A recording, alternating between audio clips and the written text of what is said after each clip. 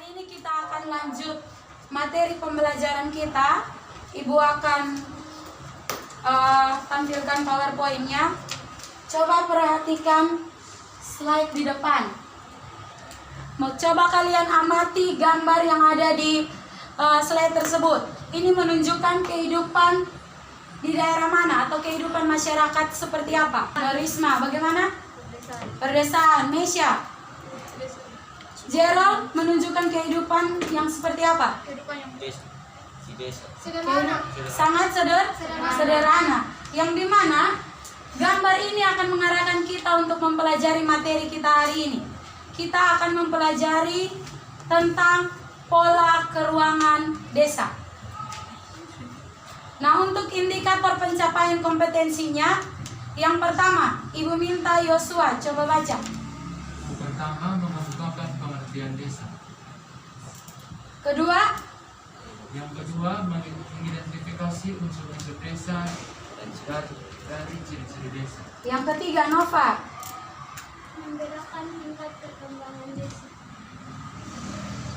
Kemudian yang keempat, Liliana. Menganalisis potensi desa dan fungsi desa. Yang kelima, Lois. Mengklasifikasikan pola persebaran dan tata ruang desa. Oke, baik. Terima kasih untuk anak-anak.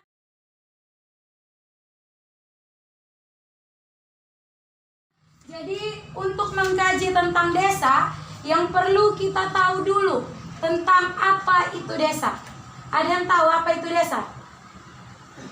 Oke, silakan. Desa merupakan pemukiman yang lokasinya berada di luar kota yang sebagian besar penduduknya memiliki mata pencarian sebagai petani atau nelayan. Yosua, bagaimana?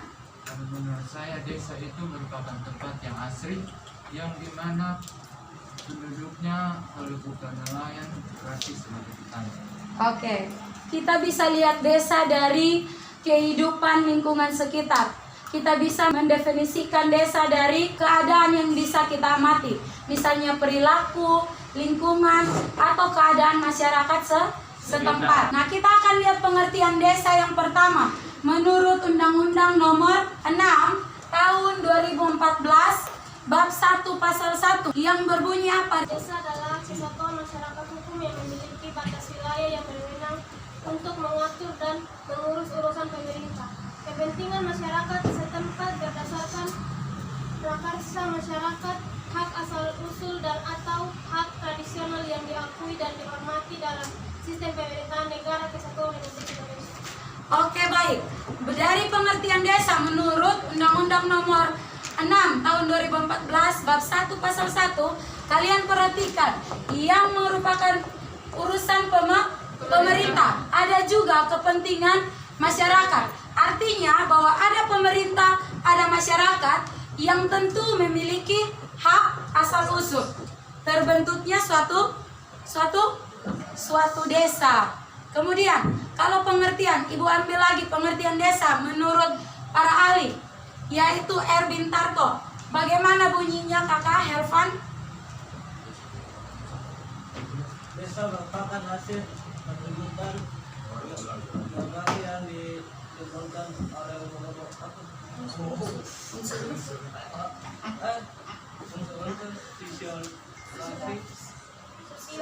sosial, ekonomi, politik, dan kultural yang terdapat di suatu daerah serta memiliki hubungan timbal balik dengan daerah lainnya. Oke, slide yang berikut kita akan pelajari lagi tentang unsur-unsur desa lebih terperinci. Yang pertama, kita belajar dulu tentang wilayah. Materi sebelumnya kita sudah pelajari tentang wilayah. Wilayah itu yang bagaimana? Coba. Angkat tangan. Oke, Patricia, silakan. Wilayah itu merupakan tata ruang di permukaan bumi di mana antara wilayah satu dan wilayah lainnya memiliki karakteristik yang berbeda. Oke, mantap. Berikan tepuk tangan dulu untuk teman-teman kita. Jadi, wilayah itu kita mencakup tentang suatu ruang di permukaan bumi. Begitu juga dengan desa. Unsur pertama yang akan kita lihat ialah wilayah atau ruang tersebut. Kemudian yang berikut ialah penduduk. penduduk, dalam hal ini ialah manusia. Setelah kita tahu tentang penduduk wilayah, ada yang namanya perilaku atau tindakan manusia. Ada interaksi di dalamnya antara manusia dengan manusia atau manusia dengan wilayah tersebut. Nah, itu berkaitan dengan unsur-unsur desa. Ada 3 ya. Nah, ketika kita sudah tahu pengertian desa, unsur-unsur desa, kita juga perlu tahu bagaimana hubungan di dalamnya. Kalau kita berbicara tentang hubungan, berarti ada sesuatu yang terpola di dalamnya. Ada sesuatu yang tersusun dan terencana di dalamnya. Yang dimana kita akan bahas tentang pola desa. Pola desa ada 4. Pola memanjang, pola mengelompok, pola menyebar, pola mengelilingi fasilitas tertentu. Kemudian ada juga yang namanya tingkat perkembangan desa, yaitu ada desa swadaya, swakarya, dan swasembada. Oke, Ibu akan bentuk kalian dalam beberapa kelompok dan kalian akan kerjakan tugas kelompok yang akan Ibu berikan. Oke, duduk dalam kelompok sudah. Duduk dalam bentuk kelompok. Perhatikan LKPD yang Ibu kasih di setiap kelompok ya. Dan ikuti langkah petunjuknya. Kalian isi LKPD yang pertama. Untuk kegiatan pertama, kalian perhatikan ada tabel, kemudian ada gambar dan uraian. Untuk kegiatan pertama, kalian gambar setiap pola desa. Kemudian dan uraian singkat tentang desa tersebut atau pola tersebut. Kemudian kegiatan kedua, kalian uraikan tentang perkembangan desa dalam tabel yang Ibu sudah sediakan ya. Jadi tolong kerjakan sekarang. Ibu kasih waktu sampai jam 8.40 saja.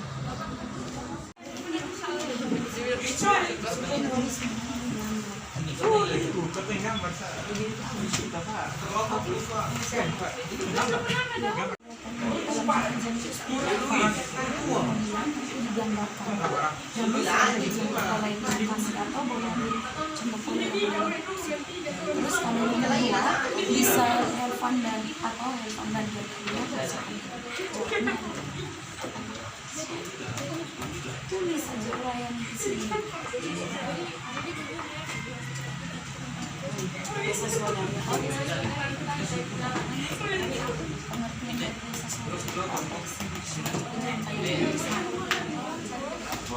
karena kalau Oke baik, shalom, selamat pagi Ibu dan teman-teman.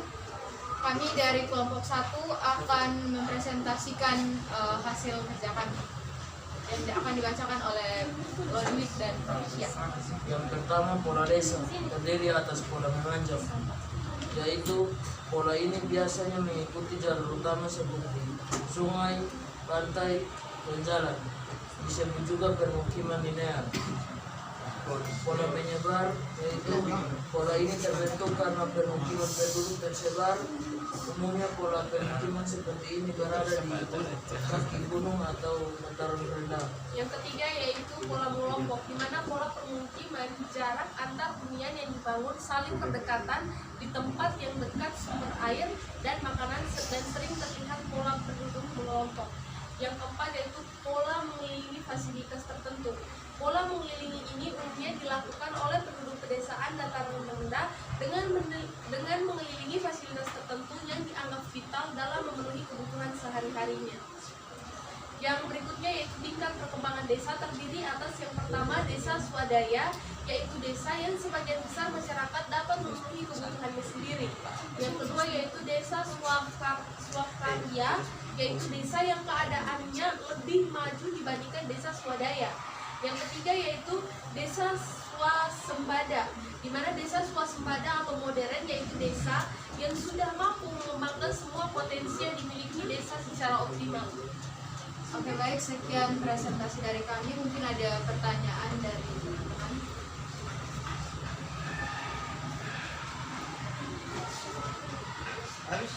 Untuk teman-teman kelompok 2 kelompok 3, kelompok 4, tidak ada pertanyaan.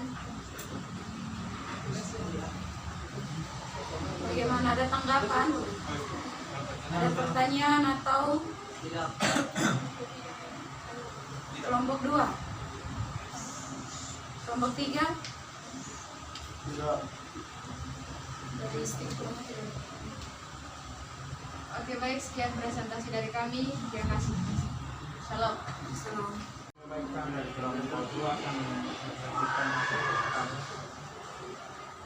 Yang pertama mengenai dengan pola desa memanjang, pola memanjang. Uraian pola memanjang dapat dikenali dengan pembangunannya yang memanjang pada satu garis. Yang kedua, pola menyebar umumnya berada di dataran tinggi selain karena morfologi kecenderungan ruang pembangunan yang menyebar tergantung karena kesuburan tanah dan sumber air.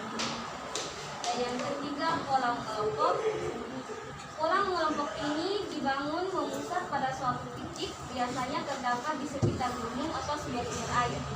Pola yang keempat, pola mengelilingi fasilitas tertentu.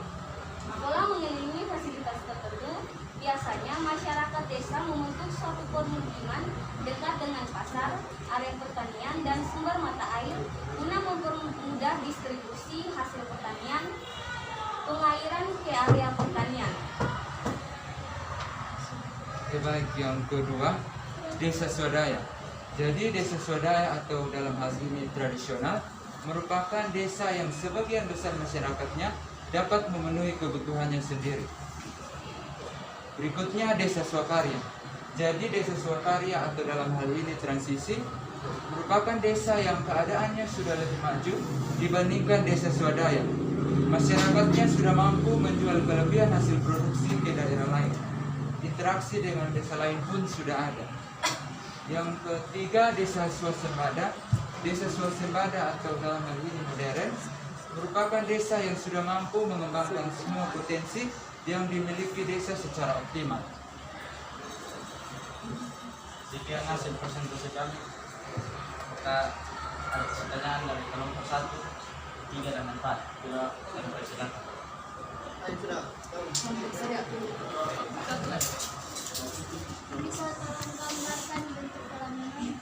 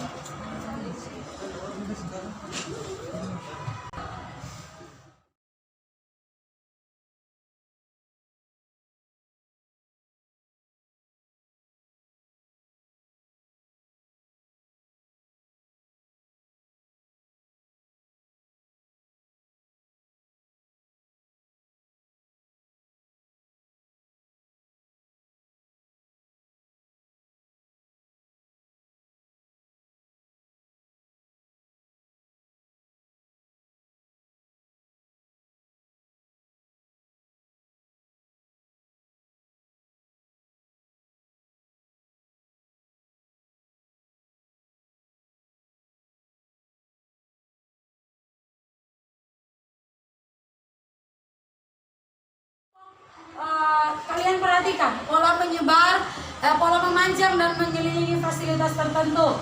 Ini merupakan dua contoh dari pola desa yang sudah digambarkan oleh kelompok 2. Kalian lihat, ini mendefinisikan bagaimana pola permukiman di wilayah desa tersebut. Ini merupakan arah perkembangannya. Artinya bahwa ada perumahan-perumahan di sekitar sini yang mengelilingi fasilitas tertentu. Seperti misalnya tanah yang subur, itu menjadi tujuan utama terbentuknya suatu pola permukiman mengelilingi fasilitas tertentu. Kemudian terkait tadi desa swadaya, swakarya, dan swasembada, yang dimana bahwa ada tingkatan-tingkatannya, tradisional, transisi, dan sampai pada tahap modern. Paham sampai di sini? Oke, mungkin tambahan Ibu terkait materi presentasi dari teman-teman kelompok kalian. Ibu rasa cukup. Semoga materi hari ini kalian boleh paham. Untuk LKPD-nya, silakan kumpulkan ke Ibu.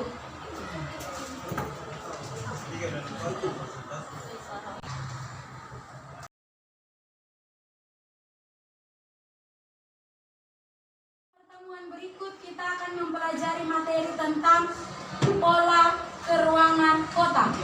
Setelah kita belajar tentang desa, maka pada pertemuan selanjutnya kita akan mempelajari tentang kota. Ibu harap anak-anak juga boleh pelajari di rumah. Untuk minggu depan kita sama-sama tukar pikiran pada pelajaran geografi terkait pola keruangan kota. Bisa? Bisa. Oke, jadi pertemuan kita hari ini cukup sampai di sini. Ibu minta satu orang untuk pimpin doa mengakhiri pelajaran kita hari ini. Silakan, Dewi. Kita berserah mari kita berdoa. Tuhan, sudah jalan sekarang kami berserahkan dan berkata dan